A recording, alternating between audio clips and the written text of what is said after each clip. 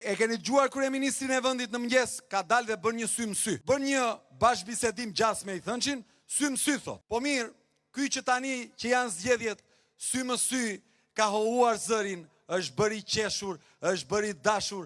Pse nuk shkon e të flasë, të gjoj popullin sy më sy, kur vete dhe vendos të ndërtoj në Lezhë një kamp refugjatësh në kundërshtim me çdo normë dhe nuk e pyet popullin e Lezhës?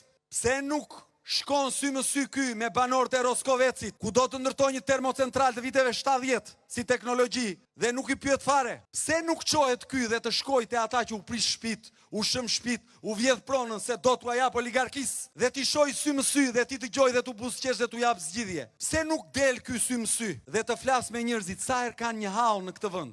Sa herë vendos ky një tarif apo një tratë, një rrugë, por i shtron në Gërbaç, në polici, në Shkopgome?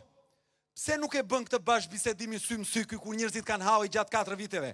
Po kujtohet të bëhet i ëmbël, i dashur dhe sy më sy vetëm gjatë muajit fushatës.